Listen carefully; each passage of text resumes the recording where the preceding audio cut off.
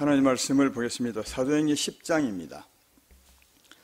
사도행전 10장 1절부터 6절까지 보겠습니다. 사도행전 10장 1절부터 가이사랴에 고넬료라 하는 사람이 있으니 이달리아 부대를 하는 군대의 백부장이라. 그가 경건하여 온 지방과 더불어 하나님을 경외하며 백성을 많이 구제하고 하나님께 항상 기도하더니 하루는 제9시쯤 되어 환상 중에 밝히 보매 하나님의 사자가 들어와 이르되 고넬료야 하니 고넬료가 주목하여 보고 두려워 이르되 주여 무슨 일이니까? 천사가 이르되 내 기도와 구제가 하나님 앞에 상달되어 기억하신 바 되었으니 내가 지금 사람들을 요빠에 보내어 베드로라 하는 시몬을 청하라. 그는 무두장이 시몬의 집에 유숙하니 그 집은 해변에 있다 하더라. 아멘. 오늘 일부 말씀 전할 제목은 우리를 향하신 사람의 생각과 하나님의 뜻은 다릅니다. 이런 제목으로, 그러니까 교회에 온 우리를 향한 사람들의 생각과 하나님의 소망이 다르다, 이런 뜻입니다.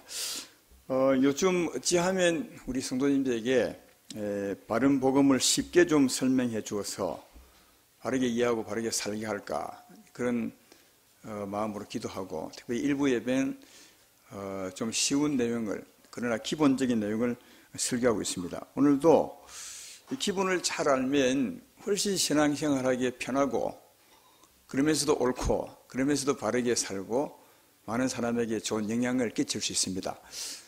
바르게 아는 그런 시간이 되기를 바라면서 오늘 말씀을 전합니다. 전에 우리가 예수 믿기 전에, 여러분이 예수 믿기 전에 세상에 있을 때 생각해 보는 겁니다. 그때 누가 교회 간다거나 또 하나님 믿는 사람이 된다 하는 것은 어떻게 행하는 사람이, 어떻게 사는 사람이 되는 것인가 하는 겁니다. 전에 우리가 세상에 있을 때 예수 믿는 사람, 하나님 믿는 사람은 어떻게 해야 된다, 이런 생각을 한번 갖고 있었을 겁니다. 대부분은 그렇죠. 교회에 나가는 예수 믿으면 착하게 살아야 하고 의롭게 살아야 되고 선하게 살아야 된다, 이렇게 다 생각을 하고 살았을 것입니다. 교회에 가는 사람은 그래야 된다, 이렇게 해요. 또 이렇게 해야 된다는 것을 많이 생각하는 것은 전도를 해보면 많은 사람들이 그렇게 반응합니다. 예수 믿고 삽시다, 교회 갑시다, 그렇게 말하면 어떤 사람들은 아직 저는 교회 갈 준비가 안 됐습니다, 그렇게 말한 분이 있고, 어떤 사람은 나 같은 사람은 교회하고 체질이 안 맞습니다, 이제 그렇게 생각하는 사람은 본인은 착하게 사는 사람이 아니니까 이런 사람이 교회 가면 안 맞다, 그 말이죠. 그리고 어떤 사람은 준비를 좀 더 해서 가겠습니다. 아직도 주초를 못 끊었습니다. 주초가 뭔지 알죠? 술도 못 끊고 담배도 못 끊었으니까 좀 이제 세상에 더 살다가 그거 좀 끊고 교회 가겠습니다. 그래야 안 되겠습니까? 그렇게 하는 분들이 많이 있습니다. 그런 사람들은 교회 가면 선하고 착하게 살아야 된다고 생각하기 때문에 아마 그렇게 말할 것입니다. 그리고 가끔씩 그 뉴스나 신문을 보면 예수 믿는 사람으로서 의롭게 살지 못하거나 또 불의하게 사는 사람들을 세상이 판단할 때 어떻게 교회에 나간 사람이 저러냐, 어떻게 장로님이 저러나, 목사님이 저러나, 이렇게 이제 말을 할 때가 참 많이 있습니다. 이런 사람들은 교회 가면 다 착하게 살아야 된다고 생각하기 때문에 아마 그렇게 말하는 것이 아닌가. 다 틀렸다는 말이 아니지만 그 생각 속에는 교회, 예수 믿는 사람이 되면 그렇게 스스로 잘 살아야 된다고 생각하기 때문에 그렇게 하는 것이라고 생각이 됩니다. 그래서 이런 생각을 가지고 교회에 대한 생각, 예수 믿는다는 생각을 믿는 것에 대해서 이렇게 생각하는 사람들이 이제 전도받아 교회에 오면, 우리가 다 그랬던 사람인데 교회에 오면 자기들 생각들은 열심히 선하게 살려고, 의롭게 살려고 예를 씁니다. 아무도 안 가르쳐 준데도 교회 문턱만 들었으면 내가 착하게 살아야지, 선하게 살아야지, 오늘부터 내가 교회 가는데 이제는 내가 달라질 거야, 이렇게 이제 생각을 하고 선하게 살려고 예를 쓰고 결심을 하는 것을 봅니다. 예수 믿는 사람들이 그 연말연시를 맞을 때 가장 많은 결심을 하는데 주로 어떤 결심을 하느냐? 올해까지는 내가 좀 예수 믿는 사람답게 살지 못했지만 내년에는 진짜 내가 바르게 살아볼 거야. 이렇게 다 결심합니다. 그 결심이 3일 동안 안 가지만 말이죠. 하여튼 다 그렇게 결심을 하죠. 그리고 또 우리 자녀들에게도 늘 믿음 좋은, 특별히 믿음 좋은 사람들이 그렇게 원하죠. 너는 예수 믿는 사람의 딸인데 왜 그래? 너는 장로님 집안의 아들이면서 왜 그래? 특별히 이제 목사님들이 주로 많이 합니다. 야, 이놈아, 우리 집은 목사님 집안 아니냐? 그러면 애들은 되게 부담을 갖게 되죠. 속으로 하면 그럴 겁니다. 자기가 목사지 내가 목사가. 이리 안 하겠어요. 어쨌든 왜 그래 이렇게 하는 것은 그 교회에 나오면 그렇게 살아야 된다는 그 생각 때문에 그렇게 하는 것이 아닌가. 그리고 목사님들의 대부분의 설교가 여기 뭐 누가 이제 처음 나오는지 아니면 오래 나오는지 그 구별 없이 착하게 살아라, 선하게 살아라, 사랑해야 됩니다. 이런 설교를 주로 많이 합니다. 그죠? 많이 하기 때문에 다들 어떻게 생각하느냐. 교회 가면 착하게 살고 의롭게 살고 정직하게 살아야 된다. 이렇게 생각을 해요. 다. 그리고 그렇게 살려고 예를 쓰고요. 주세움교회 성도 여러분이 이렇게 사는 게 맞나요? 무조건 교회 오면 착하고 선하게 살아야 하는 겁니까? 아마 이런 대답을 잘 할 수 있어야 이 예수 믿는 이유를 잘 알 수 있어요. 지금 한번 제 물음에 이거 맞는 것도 같고 틀린 것도 같은데 이게 이런 분이 많을 텐데 이런 부분이 선명해야 잘 믿는 겁니다. 근데 이 부분을 선명하게 이렇게 믿는 사람이 그렇게 많지 않아요. 오늘 여러분들은 선명히 이해하고 우리 하나님의 뜻이 무엇인가를 잘 한번 구별해보는 그런 시간이 되었으면 좋겠다. 그런 생각이 듭니다. 교회에 나오면 그렇게 살아야 되느냐, 무조건 그렇게 살아야 되느냐, 이렇게 질문하면서 다른 방면에서 질문해보면 그러면 진짜 우리 인생이 스스로 의롭게 살 수 있습니까? 아니면 스스로 정직하게 살아갈 수 있습니까? 이게 제가 질문해요. 있습니까? 없습니까? 그 질문엔 대답을 잘 하시네. 마스크를 쓰니까 대답 못하고 고개를 까지르게 정말 한번 우리 인생이 진짜 스스로 예를 써서 선하게 살 수 있어요? 아니면 의롭게 살 수 있습니까? 정직하게 살 수 있어요? 그런데 왜 그렇게 결심하는 겁니까? 왜 우리 인생은 못 사는 겁니까? 죄인이기 때문입니다. 다 죄인 출신이. 죄인이라는 말이 뭐냐 하면 선하게 살래야 살 수 없는 사람이 죄인이요. 죄를 짓지 않을 수 없는 사람이 죄인이라는 거예요. 성경은. 왜 선하게 살 수 없는 사람을 죄인이라 하느냐? 죄를 짓지 않으려고 해도 죄를 짓지 않을 수 없는 사람이 왜 죄인이 하느냐? 성경 한 구절만 보면 이해할 수 있습니다. 로마서 5장 12절에 보면 하나님이 이렇게 말씀합니다. 그러므로 한 사람으로 말미암아 죄가 세상에 들어오고 죄로 말미암아 사망이 들어왔나니 이와 같이 모든 사람이 죄를 지었으므로 사망이 모든 사람에게 이르렀느니라. 한 사람이 누구죠? 제일 처음 사람 아담이죠. 한 사람이 죄를 지었다는 말은 하나님 말씀을 거역하고 하나님을 떠났다는 거예요. 그래서 맨 처음 사람이 하나님을 떠났으므로 그 아들도 하나님을 떠난 위치에서 그 손자도 하나님을 떠난 위치에서 손의 손자도 떠난 위치에서 이게 쫙 우리 전부 다 맨 처음 조상이 하나님을 떠난 위치에서 살았기 때문에 다 태어나면 전부 떠난 위에서 태어나요. 그러니까 한 사람이 죄를 지음으로 전부 죄인이 돼요. 근데 하나님을 떠나면 그곳에 누가 있습니까? 아무도 없습니까? 있습니까? 있습니다. 흑암의 세력을 잡은 자가 있습니다. 사망의 세력을 잡은 자가 있습니다. 다시 말하면 마귀가 있습니다. 마귀를 두고 사망으로 사망의 세력을 잡은 자라고 말해요. 이게 무슨 말이냐 하면 마귀의 힘은 사망이에요. 이 사망은 욕심과 탐욕과 거짓과 미움과 이걸 사망이라 하는 거예요. 그러니까 죄의 힘이죠. 이 사망을 자기 무기로 삼는 거예요. 영적인 존재니까 이 사망으로 인생의 마음을 덮어버리는 거예요. 이게 그래서 사망을 어둠의 세력을 잡은 자, 우리 인생을 어둡게 하는 자, 어둠의 세상 주관자를 하는 거예요. 이게 하나님을 떠난 인생을 이 사망의 세력을 잡은 자가 사망으로 우리 마음을 어둠으로 덮어버렸어요. 그래서 우리 마음을 욕심으로 덮고 거짓과 미움으로 덮어버렸어요. 마음을 부패하게 만들어버려요. 그러니까 아무도 선하게 살 수 없어요. 그래서 하나님이 이렇게 말합니다. 예레미야 17장 9절로 10절에 만물보다 거짓되고 심히 부패한 것이 우리 인생의 마음이라. 누가 능히 이를 알려마는 나 여호와는 심장을 살피며.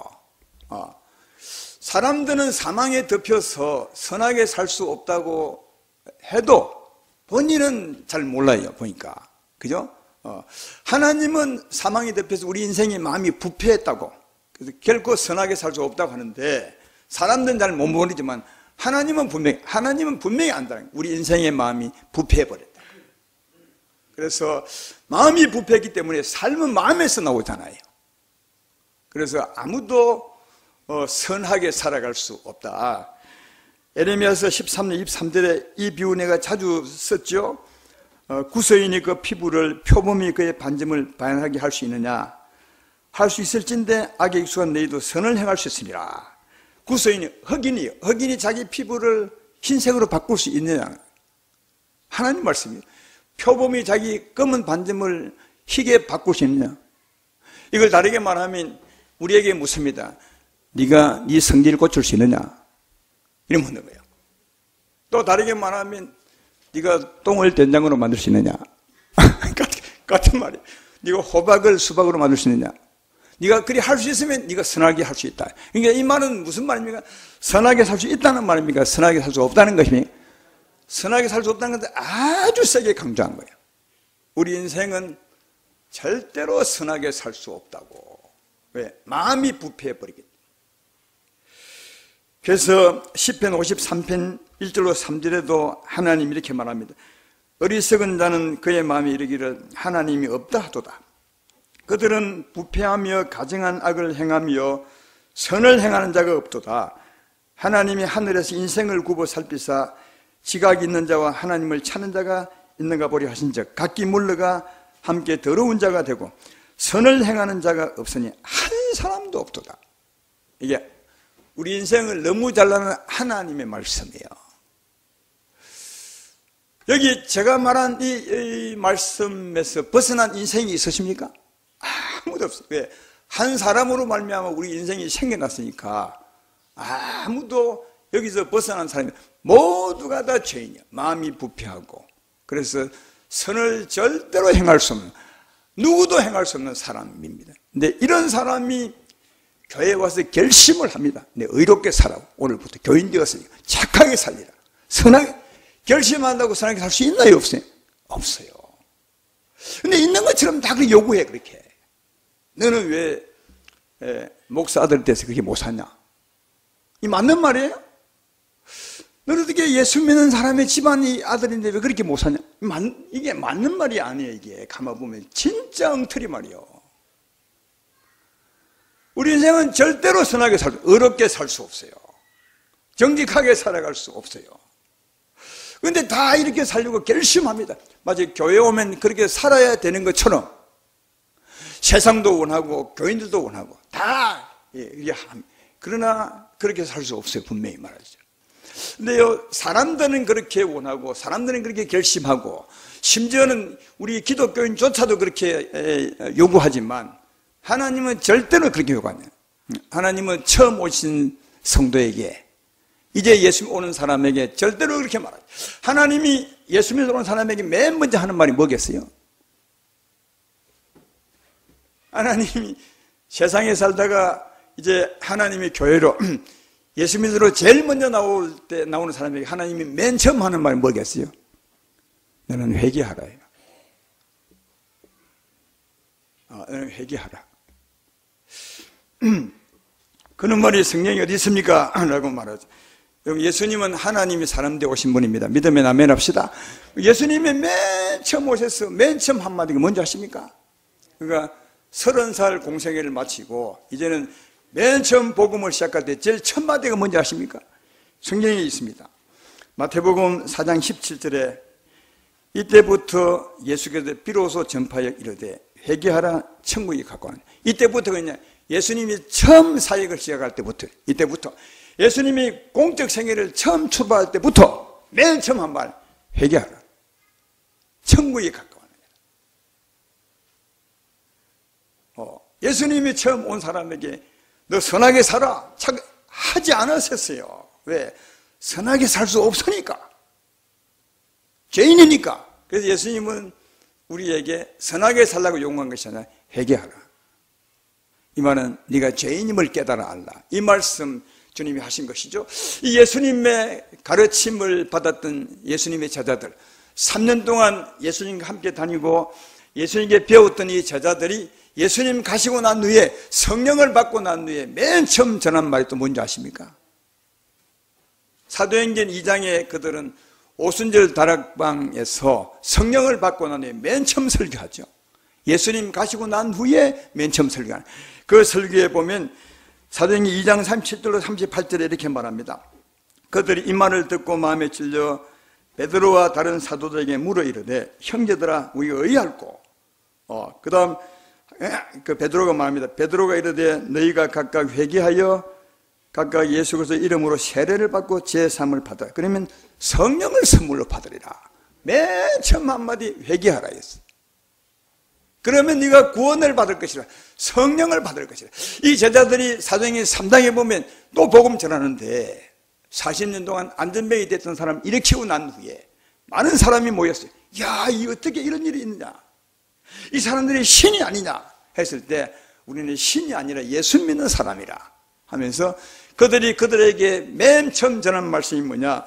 사도행전 3장 19절로 20절에 있습니다. 그러므로 너희가 회개하고 돌이켜 너희 죄 없이함을 받으라. 이가 참에 새롭게 된 날이 주 앞으로부터 이를 것이요 또 주께서 너희를 위해 예정하신 그리스도 곧 예수를 보내시리라. 이들도 맨 처음 한마디는 회개하라 했어요. 회개하라 그러면 하나님이 그리스도 성령 예수를 보내주실 것이라 이렇게 말씀했어요. 여기 예수님의 제자들, 이들이 복음 전할 때 처음 온 교회 온 사람들에게 어디서 이제는 오늘부터 교인이 되었으니까 착하게 사십시오, 선하게 사십시오, 예수 믿는 사람처럼 사십시오. 한 군데도 그런 것이 없습니다. 맨 처음에 회개하라. 그러면 구원을 받을 것이다. 제 말 이해되면 아멘 합시다. 오늘 본문은 이방인 중에 맨 먼저 예수 믿은 사람, 고넬료라는 사람이죠. 이방인 중에, 그러니까 유대인 밖의 사람 중에서 예수님을 가장 먼저 믿었던 사람인데, 이 고넬료는 참 좀 특이한 사람 보십니다. 이 고넬료는 로마 그 군대 100명을 지휘하는 백부장이었습니다. 근데 그가 이방인이면서 유대 땅에 살았기 때문에 유대 땅에 와서 하나님을 경외했던 것 같아요. 그래서 이제 그 2절을 보면 그가 어떻게 살았는지를 알 수 있습니다. 그가 경건하여 온 지방과 더불어 하나님을 경외하며 백성을 많이 구제하고 하나님께 항상 기도하더라. 유대 땅에 살면서 하나님을 섬기도록 결심을 마음먹었던 것 같아요. 그래서 온 지방과 더불어 하나님을 경외하며, 이 말은 행실이 좀 발랐다는 말이죠. 하나님을 경외하며 행실이 착하고 정직했다고 말해요. 그 다음 백성을 많이 구제하고 사랑했다는 말이에요. 또 하나님께 기도하고 살았어요. 그렇죠? 참 정직하게 살았고 열심히 살았고 잘 살았던 것 같아요. 근데 그 고넬료라는 사람을 하나님이 보시고 이 사람이 나를 이렇게 바라보고 있구나, 나를 경외하구나 이렇게 생각하고 그에게 천사를 보내서 어느 날 그가 기도할 때 보내서 말하기를 저 베드로를 청해라. 이렇게 베드로를 청해라, 말씀을 들으라 그 말이죠. 베드로를 왜 청하겠어요? 그에게 있는 말씀을 들으라 그렇게 했어요.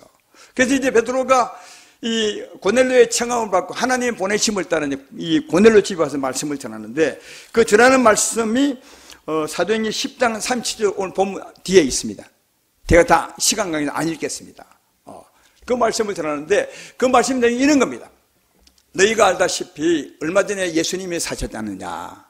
그 예수는 하나님 보내신 우리 인생의 구주시다. 그가 하나님 보낸 우리 인생의 구주로서 우리 인생의 죄짐을 다 짊어지고 죽으시고 살아나셨다. 사람은 산 자가 없지만 그는 죽으시고 살아나셨으므로 우리 인생의 죄짐을 지고 죽으셨다. 그러므로 그가 말, 우리가 회개하고 예수를 믿으면 구원을 받습니다. 이랬어요. 그러니까 이 고넬료 집에 하나님이 보내셨던 베드로가 전한 말씀의 핵심이 뭐냐? 회개하라. 회개하라. 그리고 예수를 믿으면 제3의 구원을 받으리라. 이 말씀을 했어요. 최초로 복음 전도받은 이 고넬료에게 베드로가 전한 하나님 말씀은 회개하고 예수를 믿으십시오. 이거였어요. 근데 그것이 확실히 맞는 것은 사도행전 10장 44절로 46절에 보면 이렇게 되어 있습니다. 사도행전 10장 44절 46절에 보면 베드로가 이 말 할 때에 아까 설교할 때 말이죠. 성령이 말씀 듣는 모든 사람에게 내려오시니 베드로와 함께 온 할례 받은 신자들 이방인에게 성령 부어 주심으로 말미암아 놀라니 이는 방언을 말하며 하나님의 높임을 들음이라. 성령은 보이지 않습니다. 여러분 우리에게 성령이 임하셨는데 성령을 보신 분이 계십니까? 성령은 영이니까 육의 눈으로 못 보죠. 근데 이 고넬료 집에 성령이 임했대. 말씀 들을 때 어떻게 하느냐? 방언을 말했다는 거예요. 성령이 임하면 성령의 말하게 하심을 따라 하는 게 방언이거든요. 성령이 임하면 방언을 합니다. 여러분 가운데서도 성령으로 방언하시는 분 손 들어 보십시오. 손 한번 들어줘봐요. 많은 분들이 방언하시죠. 성령이 오시면 성령이 말하게 하심을 따라 하는 게 방언이거든요. 그러니까 방언하는 분이 성령이 임한 거예요. 성령은 보이지 않지만. 근데 성령이 어떻게 임하십니까? 아까 우리가 제자들의 말을 들어보았지만 성령이 임할 때는 회개하고 예수를 믿음으로 제3 받으라. 그러면 성령을 선물로 받으라. 그러니까 성령이 왔다면 제3을 받은 거예요. 제3을 받았다면 그 전에 어떻게 회개했다는 거예요. 이해가 되시죠? 그러니까 베드로 설교 듣는 중에 성령이 왔다면 듣는 중에 이들은 회개했다는 말이에요. 회개하고 예수로 말미암아 제3을 받았으므로 그러니까 베드로의 설교 핵심은 회개함이었어요. 그리고 그 베드로의 설교가 회개의 설교였음을 확실히 아는 것은 이 고넬료의 말씀의 제일 마지막 정리하는 말씀이 있습니다. 이게 사도행전 11장 18절에 있는데 이렇게 정리합니다. 그들이 이 말을 듣고 잠잠하여 하나님께 영광을 돌 이르되 그러면 하나님께서 이방인에게도 생명 있는 회개를 주셨도다. 이방인 누구죠? 고넬료 집안이죠. 그 집안에도 생명 있는 회개를 주었대요. 이걸 다르게 말하면 그들도 회개함으로 생명을 받았다는 거죠. 제 말 이해되면 아멘 합시다. 고넬료 집 사람도 회개함으로 생명을 받은 거예요. 근데 우리가 진짜 유의해서 볼 것이 다시 오늘 본문 2절을 보라고요. 고넬료가 어떤 사람이었는지 그가 경건하여 온 집안과 더불어 하나님을 경외하며 백성을 많이 구제하고 하나님께 항상 기도하더니 이제 이 고넬료 요즘 사람으로 취급하면 이제 교회 온 거예요. 교회 와서 열심히 산 거예요. 이제 교인이 되었다고 이방인으로 살다가 예수 믿자고 살다가 교인이 되었다고 이제 열심히 살았어요. 하나님을 경외하고 선하게 착하게 살고 예를 쓰고 헌금도 많이 하고 구제도 많이 하고 기도도 많이 했어요. 그죠? 그러면 여러분 훌륭한 사람이니까 진짜 훌륭하다. 성도 여러분 저렇게 살아야 합니다. 교회 오면 다 이렇게 살아야 합니다. 이렇게 말해야 맞잖아요. 근데 하나님은 뭐래요? 베드로를 보내가지고 회개시켰어요. 회개하시오. 사랑하는 여러분, 그냥 성도가 교회 와서 고넬료처럼 사는 게 이게 신앙생활 아니에요. 다들 이렇게 원해. 다들 그냥 와서 고넬료처럼 살기를 원해. 그러면 다 훌륭한 교인이라고 말해요. 이 고넬료, 이 얼마나 겉으로 보면 훌륭하십니까? 안 그래요? 고넬료 사람보다 훌륭한 사람 우리 교회도 별로 많이 있지 않은 것 같아. 아니 온 집안과 더불어 하나님을 경외하며 착하게 선하고 의롭게 살고 백성을 많이 구제하고 그는 열심히 기도했대요. 제가 볼 때 이 고넬료가 제9시쯤도 기도했으니까 제9시가 언제시면 오후 3시요. 오후 3시에도 여러분 오늘날 오후 3시 기도하는 성도가 있으십니까? 많이 없잖아요. 물론 뭐 고넬료가 밤에 기도했는지 모르겠지만 우리는 밤에 기도하잖아요. 어쨌든 정말 하나님을 경외하고 선하게 살고 의롭게 살고 사랑하고 구제하고 열심히 기도해. 그럼 훌륭한 성도인데 참 당신은 훌륭하십니다. 그렇게 사십시오. 이래야 맞는데 하나님은 베드로를 보내서 회개하십시오. 이렇게 산 고넬료도 예수 믿기 전에는 죄인이라는 거예요. 사람 보시기에 그는 거룩하고 정직하고 선한 사람이었지 하나님 보시기에는 죄인 중에 한 사람이다. 이해가 되시죠? 그러니까 그냥 이렇게 사는 게 교회 와서 선하고 착하게 사는 게 성도가 아니라 어떻게 해요? 예수 믿어야 된다는 거예요. 회개하고 예수를 믿으셔야 된다. 이해가 되시죠? 회개하고 예수를 믿으셔야 돼요. 교회 와서 그냥 이렇게 사는 게 예수 믿는 것이 아닙니다. 그러면 고넬료에게 베드로를 통해서 말씀을 들어야 할 이유가 없습니다. 근데 하나님은 고넬료 그가 하나님을 바라보는 마음이 있기 때문에 그를 긍휼히 여기사 베드로를 통해서 말씀을 들어라. 베드로 가서 하신 말씀이 뭐냐? 회개하고 예수를 믿으십시오.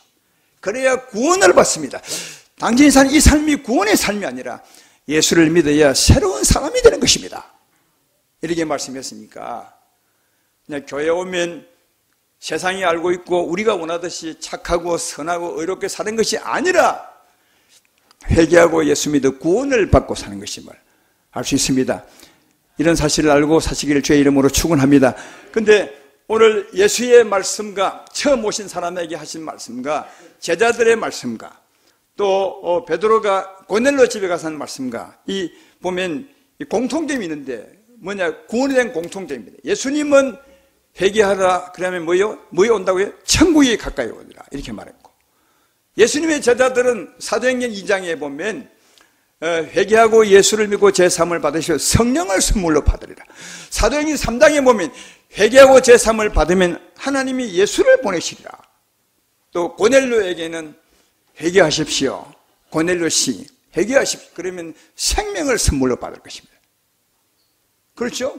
다 회개하고 예수 믿는데 다 거지는 틀려요. 예수님은 천국이 가까이 왔느니라. 또 예수의 제자들은 성령을 받을 것이라. 또 그 다음에는 하나님이 예수를 보내줄 것이라. 여기는 또 생명을 받으라. 그러나 이 똑같은 말이에요. 이게. 회개하고 예수 믿으면 제3받고 똑같은 얘기. 왜 똑같은 것이냐? 우리가 회개하고 예수 믿으면 성령을 받습니다. 성령은 하나님의 생명입니다. 그러니까 생명을 얻은 것이고, 이 성령은 예수님의 영으로 오는 것입니다. 이해되십니까? 그러니까 예수님이 오는 거예요. 그리스도를 보내시리라. 이는 성령을 똑같은 말이에요. 이 예수님이 성령으로 오셔서 우리를 통치하는 게 이게 하나님의 나라예요. 그래서 예수님은 회개하라, 하나님 나라가 오실 것이라. 성령으로 예수님이 오셔서 너희를 통치할 것이라. 이해가 되시죠? 다 똑같은 말을 다른 단어로 쓴 것이다. 결론적으로 우리가 회개하고 예수 믿음으로 제3을 받으면 예수님께서 성령으로 오셔서 우리를 통치하는 것입니다. 여러분을 통치하는 것입니다. 이게 구원인데, 그럼 그의 통치는 어떻게 하는 것입니까? 맨 처음 우리 심령을 새롭게 합니다. 우리 심령을 새롭게 하는 겁니다. 디도서 3장 5절에 이렇게 말합니다. 우리를 구원하시되 우리가 행한 바 의로운 행위로 말미암지 않고 오직 그의 긍휼하심을 따라 중생의 시험과 성령의 새롭게 하심으로 하셨나니. 예. 여러분, 이게 은혜입니다. 우리가 예수 믿으면 은혜로 우리를 제사하시고 성령을 받아서 중생의 시험, 우리를 처음 깨끗하게 목욕하듯이 씻어주는 거예요. 이게 중생의 시험이에요. 그리고 난 후에도 예수 믿는 사람으로 세상에 살아갈 때 많은 죄를 짓지요. 우리 마음이 더러워지죠. 그때도 회개하면 성령이 우리 마음을 새롭게 합니다. 날마다 새롭게 합니다. 그러니까 중생의 시선과 날마다 새롭게 하신 은혜가 우리에게 성령으로 있는 것입니다. 성령이 오셔서 하시는 맨 처음 일이 우리 심령을 씻는 겁니다. 모든 죄를 다 씻죠. 날마다 씻어내시죠. 그리고 두 번째 하는 일이 뭐죠? 우리에게 힘을 주는 거죠. 에스겔서 36장 26절에 보면 또 새 영을 너희 속에 두고 새 마음을 내게 주되 육신의 굳은 마음을 제거하고 부드러운 마음을 줄 것이며, 이게 예수님 마음을 주는 것입니다. 하나님 마음을 주는 것입니다. 사랑을 부어주는 것입니다. 하나님 평안을 주는 것입니다. 깨끗하게 씻은 마음에 성령께서 우리를 통치하시되 하나님 마음 사랑을 부어주는 거죠. 하나님의 평안을 부어주는 거다. 이 평안이 있을 때, 이 사랑이 있을 때 그 힘으로 사랑할 수 있는 거예요. 그 힘으로 평안할 수 있는 거예요. 여러분, 우리가 세상에 산다는 말은 이 험난하고 어려운 이 세상에 산다는 건데, 여러분 스스로 평안할 수 있으십니까? 때때로 살다 보면 어려운 일들이 예상치 못하게 다가올 때가 많죠. 그러면 우리 마음은 저절로 불안해집니다. 왜? 내 생각이 그 어려운 일을 바라보니까 내 생각대로 감정이 변하거든요. 요동치거든요. 내 마음에서 물결이 치거든요. 그 물결 치는 건 누가 잔잔하게 할 수 있습니까? 여러분이 할 수 있으세요? 아까 구성인이 그 피부를 표범이 그 반점을 제할 수 있느냐 했던 것처럼 못해요. 우리 마음의 파도를 우리가 어떻게 잔잔할 수 있어요? 물론 세월 좀 지나면 쭉 가라앉죠. 가라앉는 것은 흙탕물이 이렇게 가라앉는 것이, 흙탕물이 깨끗하게 지어지는 것이 아니에요. 또 조금 있다 바람 불면 또 막 흙탕물이, 저 서해 바다처럼. 조금만 바람 불면 서해 바다는 막 황토물이 뒤집어져요. 그래서 서해를 황해를 하잖아요. 누런 바다라고. 우리도 마찬가지죠. 우리 안에 죄가 침전되어 있으니까 사망을 이게 막 들고 일어나는 거예요. 그래서 어려운 일을 때마다 우리 마음이 불안하고 초조해지는데, 그것을 우리 스스로 잔단케 할 수가 없어요. 근데 누가 할 수 있다고? 성경은 예수님이 우리에게 평안을 주셔서, 평안을 끼치노니, 평안을 주셔서 세상에 주는 평안 같지 않은 평안으로 우리를 잔단케 할 수 있다고 그렇게 말씀하고 있습니다. 할렐루야. 그러니까 성령이 우리에게 힘을 주는 거죠. 평안할 수 있도록, 사랑할 수 있도록, 선하게 살 수 있도록. 그것만 아니에요. 그리고 오신 주께서 우리를 인도하십니다. 요한복음 16장 13절에 이렇게 말합니다. 진리의 성령이 오시면 그가 너희를 모든 진리 가운데로 인도하시리라. 진리의 성령이 오셨습니다. 할렐루야. 진리의 성령이 오셨습니다.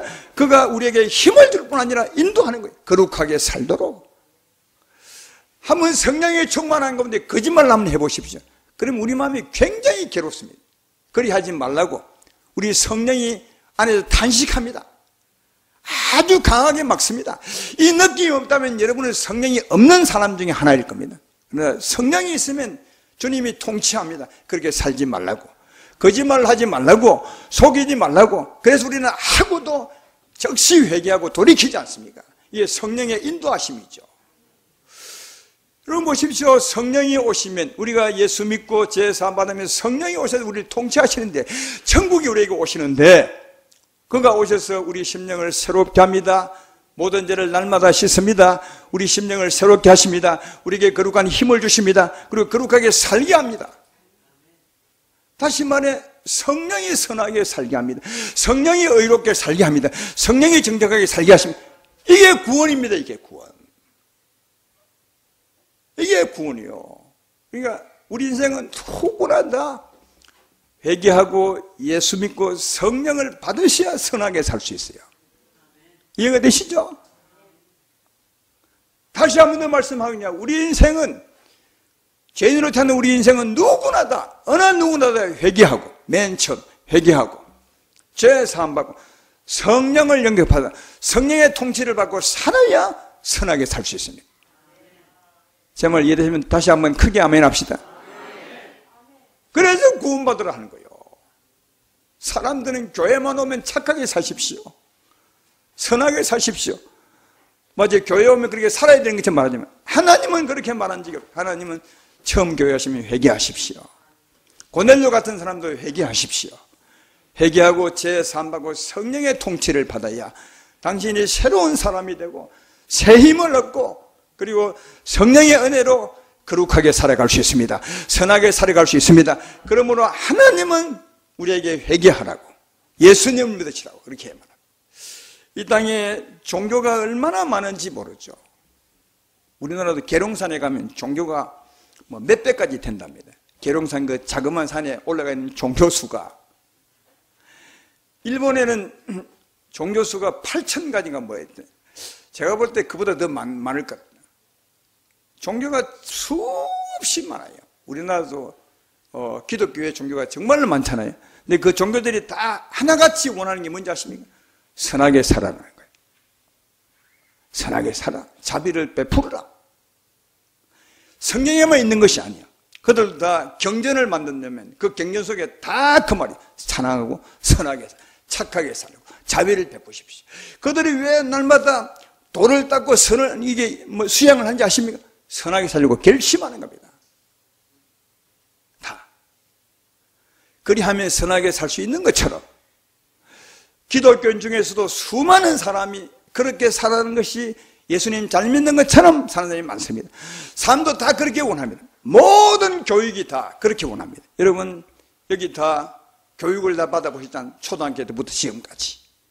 초등학교에서 교육하는 교육이 뭐죠?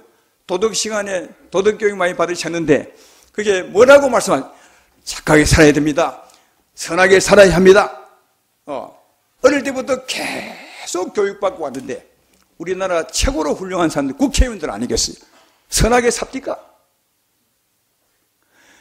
여러분 교육대로 했다면 지금 저희 교육 많이 받았던 분들 유학까지 갔다고 박사가 되신 분들은 천사처럼 살아야 맞는 겁니다. 근데 오히려 더 도덕질을 훨씬 더 많이 하고 더 나쁜 짓을 아주 고차원적으로 하는 그 말은 교육이 사람을 바꿀 수 없다는 겁니다. 이해가 되십니까? 가시나무를 세워놓고 아무리 교육을 해 가시를 내면 매를 하나 탁 때리고 가시 내지 말라고 그러면 가시나무가 사과나무 되겠습니까? 저 도시에 있는 가시나무를 뽑아다가 저 산중에 공기 좋은 곳에 딱 심어놓고 거기 가서 돌을 닦으라 하면 그 가시나무가 좋은 나무로 바뀌겠습니까? 우리 인생도 똑같습니다. 속세에 사는 사람이 저 산중에 들어가서 돌을 닦고 수양하면 좋은 사람이 된다 하는데 천만에요. 절대로 좋은 사람이 안 됩니다. 왜? 좋은 사람은 마음의 문제이기 때문에 조용하게 간다고 마음이 바뀌는 것이 아닙니다. 제 말 이해되십니까? 그런데 모든 종교가 다 모든 사람이 모든 교육이 다 하나같이 선하게 사십시오. 착하게 사십시오. 의롭게 사십시오. 기독교인조차 교회 가면 착하게 살아야 합니다. 성경에 그런 말이 어디 있어요? 성경은 뭐라 합니까? 우리 잘 아는 하나님은 오면 회개하라. 네가 죄인임을 스스로 깨닫고 회개하라. 그러면 네 죄를 예수님이 십자가로 대신 짊어져 줄 것이고 성령을 보내주어서 성령이 너를 새롭게 할 것이다. 성령이 너를 바꿀 것이다. 성령이 너에게 힘을 주실 거예요. 성령이 너를 거룩하게 살게 할 것이다. 이게 구원이다. 이게 성령의 인도를 받고 살아라. 이게 하나님의 말, 이게 성령 말씀이요. 이게 성령. 이 성령 말씀 우리가 잘 이해한다면 아이도 예수 믿지 않는 우리 자녀들에게 어린 자에게 야 이놈아 네가 누구 집안이냐? 예수 믿는 사람 집안 아니냐? 왜 이렇게 사냐? 이렇게 말 안 해요. 절대. 오히려 더 그가 언젠가는 예수님 잘 믿게 될 거야. 하나님이 내게 긍휼을 베풀어 주신 것처럼 우리 아이에게도 하나님 긍휼을 베풀어 주실 것입니다. 기도하고 그 아이가 예수 믿도록 바라야죠. 그럼 그도 예수 믿으면 바르게 됩니다. 왜? 예수 믿는 게 하나님의 은혜를 입는 것이고 하나님의 은혜는 우리에게 선하게 살게 하는 능력이시니까. 할렐루야. 그래서 오히려 이런 복음을 전하기 위해서 부모님들은 오래 참으셔야 돼요. 아이들과 갈등을 더 안 해야 되는 겁니다. 우리가 잘못 복음을 알고 잘못 자꾸 요구하게 되면 아이와 갈등이 더 생겨서 부모 말을 더 안 듣고 더 좀 크면 다 집을 뛰쳐나고 부모를 뛰쳐나고 하게 된다고요. 왜? 부모가 아이를 잘못 요구했으니까요. 아이들은 부담만 가지고 빨리 자유하고 싶어서 뛰쳐나가는 거예요. 우리 어릴 때부터 이 복음을 잘 알면 나는 예수 믿어서 하나님의 은혜로 이렇게 되었다면 내 아이도 하나님 믿으면 잘 될 것이다. 이런 믿음으로 산다면 그가 예수님을 잘 믿을 때까지 기도하고 오래 참아주고 사랑해주고 그럼에도 불구하고 사랑하고 하면 오히려 그가 그런 감동을 받아 더 빨리 예수님을 믿고 하나님의 사람으로 자라지 않을까 그렇게 생각합니다. 제 말 이해되십니까? 그러니까 하나님은 우리 인생을 너무너무 잘 아셔서 처음부터 교회 오는 사람에게 오늘부터 시작 당신은 선하게 살아야 됩니다 이렇게 말한 적이 없고 올 때부터 회개하십시오. 죄인임을 깨달아 회개하시고 예수를 믿으면 됩니다. 이렇게 말. 이제 이런 하나님의 뜻을 우리가 잘 안다면 자 이제는 우리가 선하게 살려면 어찌하면 되겠습니까? 하나님께 나오면 됩니다. 하나님께 나오면 됩니다. 하나님께 나오면 됩니다. 나올 때 고쳐올 필요가 전혀 없습니다. 아까 우리가 전도할 때 목사님 저는 교회 갈 준비가 안 됐습니다. 왜요? 아직 주초를 못 가. 여러분 담배 피워도 괜찮습니다. 오면 괜찮습니다. 술 먹어도 괜찮습니다. 나중에 오면 와서 구원받으면 끊어집니다. 끊어서 오래 하지 말고 언제 오겠습니까? 평생에 자기가 어떻게 끊어와? 여러분 담배 끊기가 얼마나 힘든지 아십니까? 하기야 안 피워봐서 잘 모르겠네. 여자분들은 담배 끊기가 진짜 힘듭니다. 제가 피워서 끊어본 사람이니까 다 알아요. 매번 던집니다. 쓰레기통에 담배 안 피우려고. 그러나 던진다고 그 다음에 안 피우고 싶은 마음이 생기는 게 아니에요. 또 피우고 싶어. 그러면 쓰레기통 뒤에 또 피우면 또 피우고. 술도 마찬가지입니다. 그러니까 끊고 오려면 못 오는 겁니다. 내 행실을 고쳐서 오려면 못 오는 겁니다. 주님은 고쳐서 오라 하지 않습니다. 왜? 못 고치니까. 못 고치니까 오라 하는 거예요. 이해가 되시죠? 그러니까 누구나 다 오라요. 누구나 아무나 다 오라. 왜? 회개하고 예수만 믿는다면 주님이 고치는 거예요. 주님이 우리 병도 고치고 우리의 주초도 끊게 고쳐주시고 특별히 우리 마음을 새롭게 하시고 우리에게 힘을 주시고 거룩하게 살게 하시고 그러니까 주님에게 해답이 있는 거예요. 그러니까 누구나 다 오면 슬픈 자도 오고 힘든 자도 오고 병든 자도 오고 고민된 자도 다 오면 주님이 고치시고 주님이 해결해 주시고 주님이 인도해 주는 것입니다. 그러니까 우리의 해답은 누구나 얼마든지 죽게 오는 거다. 고쳐서 올라가지 마시고 행위를 바꾸지 마세요. 그 모습 그대로 오셔서 예수의 말씀대로 회개하고 십자가를 붙든다면 주께서 성령으로 역사하사 우리를 새롭게 해주리라 믿습니다. 이 말씀을 진짜 여러분의 말씀을 받고 여러분이 산다면 우리의 삶도 정말 달라질 것이고 우리 가정의 분위기도 정말 달라질 것이고 또 세상을 향한 우리 생각도 달라질 것이고 그래서 오히려 우리도 세상도 가정도 우리가 바꿔가지 않을까 그렇게 생각하십니다. 모든 희망은 예수께 있습니다. 예수께 있다면 회개하고 나와서 예수 믿는 것입니다. 회개하고 나와서 예수 믿음으로 하나님의 은혜로 살아가신 복 있는 여러분 되기를 주의 이름으로 축원합니다.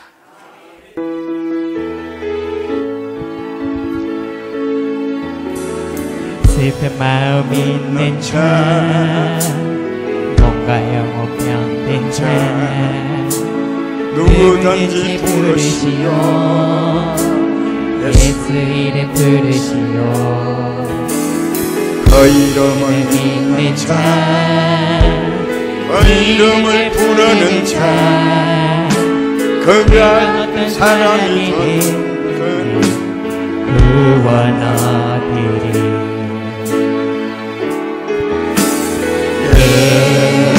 예수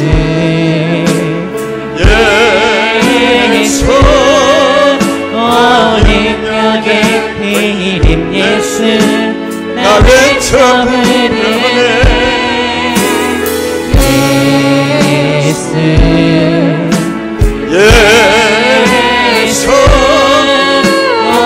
능력의 그 이름 예수 나 외쳐부르네 예수 그리스도 슬픈 마음 있는 자 슬픈 마음 있는 자 몸과 영혼 병든 자 누구든지 부르시오 예수 이름 부르시오 그 이름을 믿는 자그 이름을 부르는 자 그가 어떤 사람이 되기를 구원하리 예수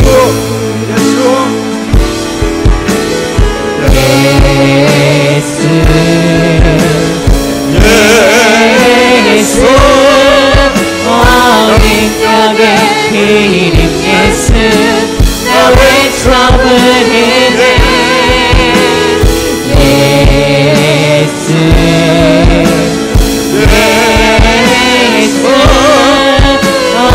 구원의 그 이름 예수 나 외쳐부르네 예수 그리스도 한번 더 하겠습니다. 슬픈 마음 있는 자 슬픈 마음 있는 자 몸과 영혼 병든 자 여러분의 모든 문제 누구든지 부르시오 우리 주께 나오시면 예수 이름 부르시오 치료하시고 그 회복시키시고 이름을 믿는 자그 이름을 부르는 자 그가 어떤 사람이 되기를 구원하리 예수 예수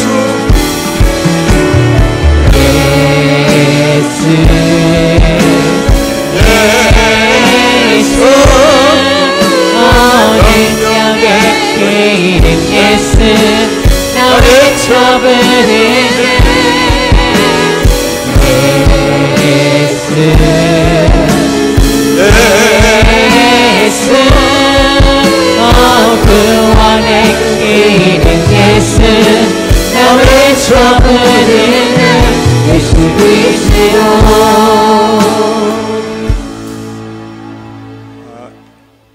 지금까지 여러분은 예수 믿는 것이 뭐라고 생각하셨습니까? 오늘 말씀처럼 생각하셨습니까? 복 있는 자입니다. 왜냐하면 은혜로 살아갈 수 있었으니까. 그러나 그렇지 못하면 늘 우리 힘으로, 우리 열심으로 살려 합니다. 그건 주님 보시기에 맞지 않는 것입니다. 주님은 왜 우리 죄짐을 지는 십자가에 지키겠습니까? 성령 오셔서 우리를 새롭게 해주시려고. 할렐루야. 그러므로 우리 인생이 할 일은 다 맨 먼저 회개하고 예수 믿음으로 죄 사함받고 성령을 받는 것입니다. 구원을 받는 것입니다. 그가 우리를 새롭게 하시고 그가 우리를 바꾸시고 그가 우리를 진리 가운데 인도하는 것입니다. 따라서 이 믿음으로 내가 살리라, 이 믿음으로 우리 가족을 바라보리라, 이 믿음으로 내 자녀를 바라보리라, 이 믿음으로 살리라, 이 소망으로 살리라, 이런 마음으로 우리 주 앞에 다 같이 기도 한번 하겠습니다. 기도합시다. 하나님 아버지,